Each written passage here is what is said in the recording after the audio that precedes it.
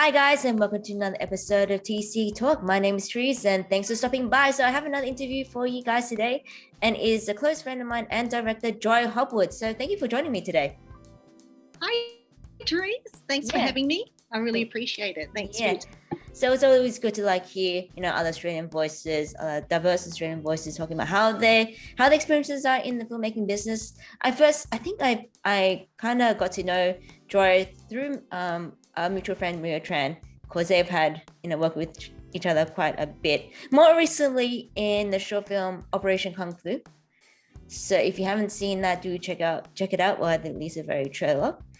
But we would dive in and talk all about you, Joy, because you've had a very long, career in the film business. So why don't you tell me how you got started, how you got into it in the first place? Well, I started off as an actor. After I graduated in Perth with a BA, I sold everything I had and moved over to Sydney, and I auditioned to be a play school presenter because I promised some kids that I was teaching in Perth that if I can make it, you can too. And they said, oh yeah, right. They were kids, teenagers. And they said, well, we're diverse. One was an Aboriginal boy and another one was a Chinese girl. And they said, look, you don't see us on TV represented. So, why should we even try in this industry? And I said, look, if I can make it even as a play school presenter, don't lose your dream and hope. So that propelled me to really try hard.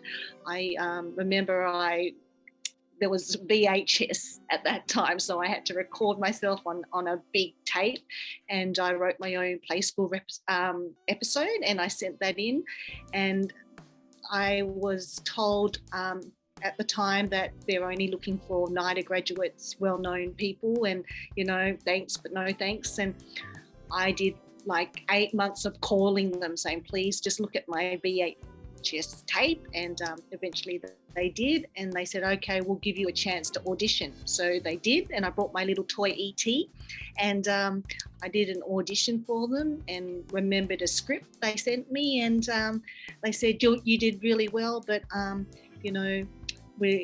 we think you need to get more life experiences. So I was really upset. So I remember I slammed the door and it scraped the eyeballs off my ET. So I have that now to remember.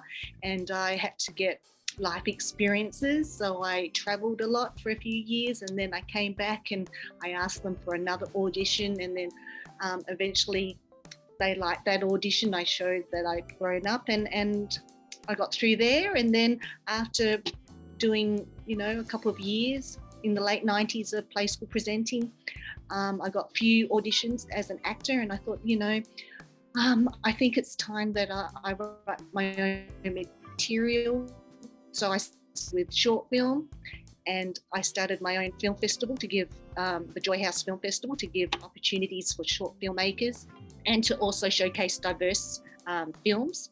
And then I went into long form feature films. So that's how I started, as an actor, short films, Joy House Film Festival, and then feature films. Fantastic. So that's a very long journey. And I guess one of the key takeaways I can take away from that is basically tenacity. And I think that is a lesson. What I have. Yeah. So props to you for continually banging on their door, and eventually landing that role on Play School, which, if you guys are watching internationally, well, Play School was one of the main TV shows aimed for kids here in Australia on channel ABC. That's basically most of what we got when we were 4 or 5. Okay, so kudos to you. And how long were you on that show for? Was it over a decade? Oh no, I was on there for 3 years. So yes. That's when I diversified, and you got to a role. So so I guess again, this is a very common story where people they start in one role and then they realize they want to try different things, just because it's all about learning the complete scope of all the film and TV industries. But I guess my next question is, did you find it to be a difficult transition from short form to longer form content, as in making actually directing your own feature film? I I found the only challenges is locations and time and budget. They're challenges, but really as a writer, not really. I find writing really, really easy. Short films, long films, it really takes me, you know, I've just finished my next film for next year, and that took me a week, 8 hours a day. And usually with all my other features before that, it took me 3 or 4 days, but I had 2 or 3 hours sleep. So, you know, it takes me 48 hours to 52 hours on an average to write a feature film first draft. And I think that took me the same amount of time with short films. So I don't see any different as a writer, but getting it out there location-wise and everything else, budget, is a difference in that respect. What has been your experience of the Australian film industry in general? Have you seen there be like a big difference since you've been there, since you started? Well, there has been a difference since the Oscars so wide and the Me Too movement. And I've seen a big change in the last, say, 5-6 years, but before that it has taken a long time to see Asian faces, diverse faces on TV and film. And I think thanks to Crazy Rich Asians, they broke all the box office records, and it proved that, you know, Asians on screen proves to be popular. It's not until that time before that I used to be a big fan of the Joy Luck Club, because that was one of my favorite films. So because I felt that I belonged, because I saw myself on the big screen. But it's taken that long, like 20 years between those two films, to see them do so well at the box office. And I think that made people change. I think thanks to Crazy Rich Asians, there's been more money put into films with, you know, diversity at the forefront. And I think it's taken that long. Did you ever consider, you know, trying your luck in other countries? Like maybe you thought you might have a better chance, or in the United States or somewhere else, or you thought, no, let's just see what you can do here? Well, thanks to the Script of Life, her flicks, Adriana Shaw has always believed in my films, and she's always saying to come over there. And COVID had stopped me, and Right.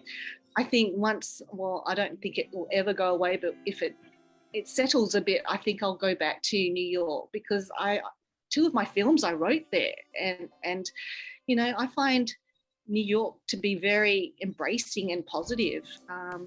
Especially in film festivals and things like that, I find them really embracing. So I hope to go back to America. Right, fantastic. Why don't we talk about your latest feature, which you recently released, and we'll get into that fact that it's going to be on Channel 9. So congratulations. So this movie is called Get a Life. Yeah. All right, and I had, you know, the luck to go to one of the premieres in Newtown. So why don't you tell us, how did that movie come about? Like, what was the sparking idea or inspiration behind this?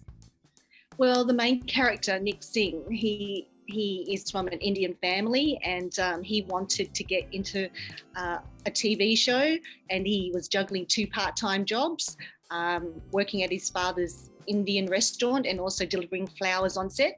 He delivered flowers on set to his favourite show, Get a Life, and he falls for the leading actress, and her best friend, who's also on the show, sees that spark and sets them up on a date. And they become friends, and then they want to get him a guest role on the show, and he becomes popular, and that causes a lot of friction with his brother at home at the Indian restaurant, because he wants to leave that job, and also with the main lead male actor. So that is basically the storyline of Get a Life All Right, and you know, a lot of things happen at the end, but I won't spoil that. But that was inspired by some of my real life experiences starting out in showbiz.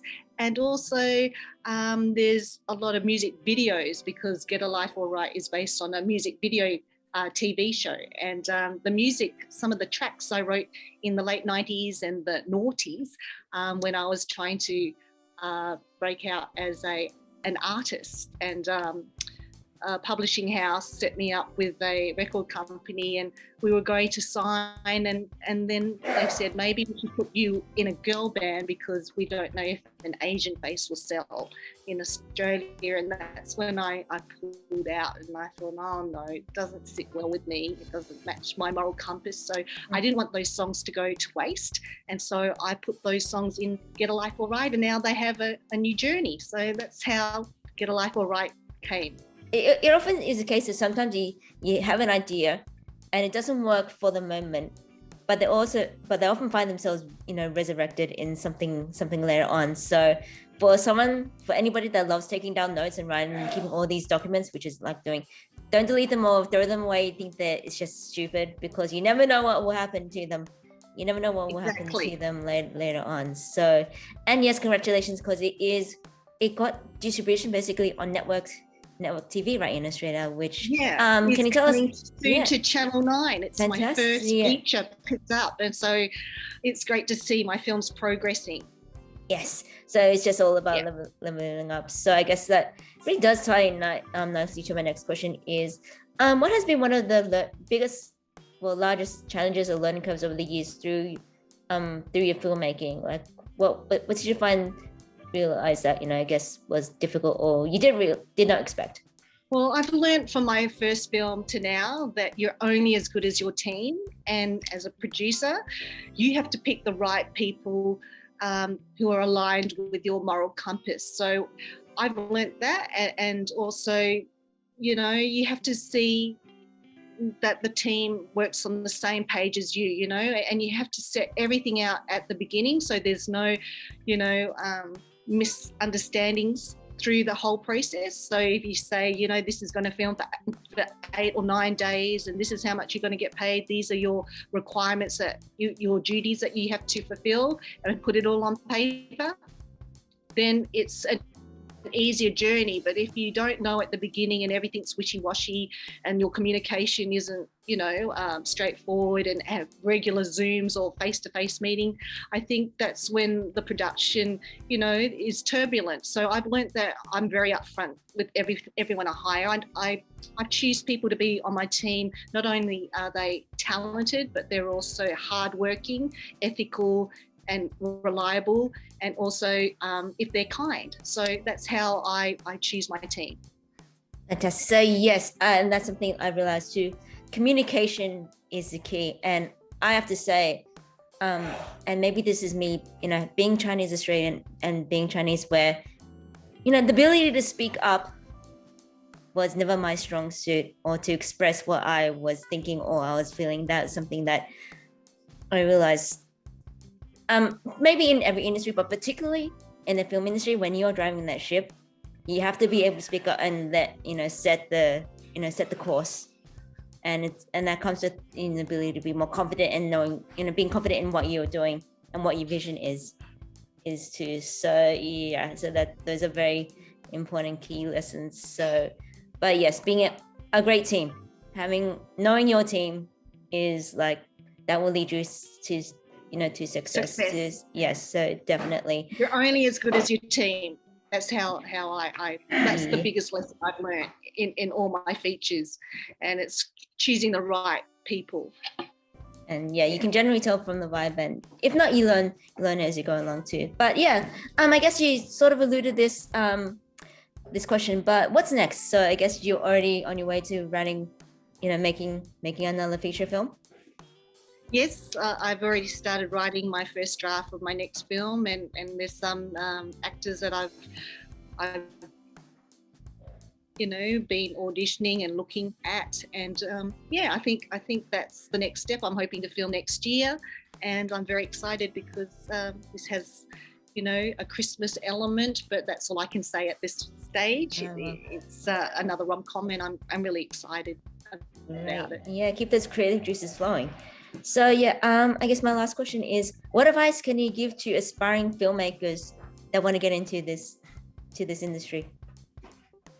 Well, you have to work hard, and I think when you're starting out, it's good to volunteer no more than 2 weeks on a production, and say, I'm prepared to be a runner or an assistant, just to get the IMDb credits up on your scoreboard, and also just always, you know, keep an eye on what's going around in the industry, you know, and keep in the loop on various publications like Film Inc. and you know, The Curb, Cinemas Australia, all of those things. And also, you know, always keep trying, never give up, and diarise, make a lot of notes. And like you said, you know, they can be useful, maybe not now, but in a few years' time. Like in my case, it was over 10 years I've reused these songs. So, you know, don't ever think this is trash, because you can reuse it, and hopefully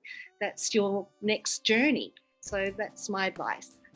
Thank you so much. So yeah, I guess we'll leave it at that. So thank you so much, Joy, for taking the time to talk about, you know, your career and your experiences. Where on social media can people find you and find your work?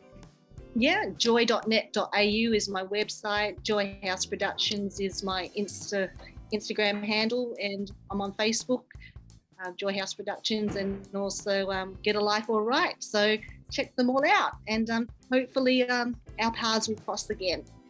Thank you very much. So yes, you've heard it here. You can check out all her social medias and her links to see all the wonderful works that she's done, and keep an eye out, because she's not done by a long shot. I'll be going till I'm 80, I think. Every 2 or 3 years I'll be making a film. Well, I mean, I'm just saying, if James Hong can be an actor at 90, you know, so can the rest of us be in this business for that long. So you know what, keep going at it. Keep at it. Creativity keeps you alive. That is a wonderful sentiment to live on. Creativity keeps you alive, and living is good. That's just Be positive. It's all in your brain. Yes. It's all in your mind. Mm-hmm. So yeah, thank you very much. We live with that, and we'll see you next time. Thank you. Bye. Bye.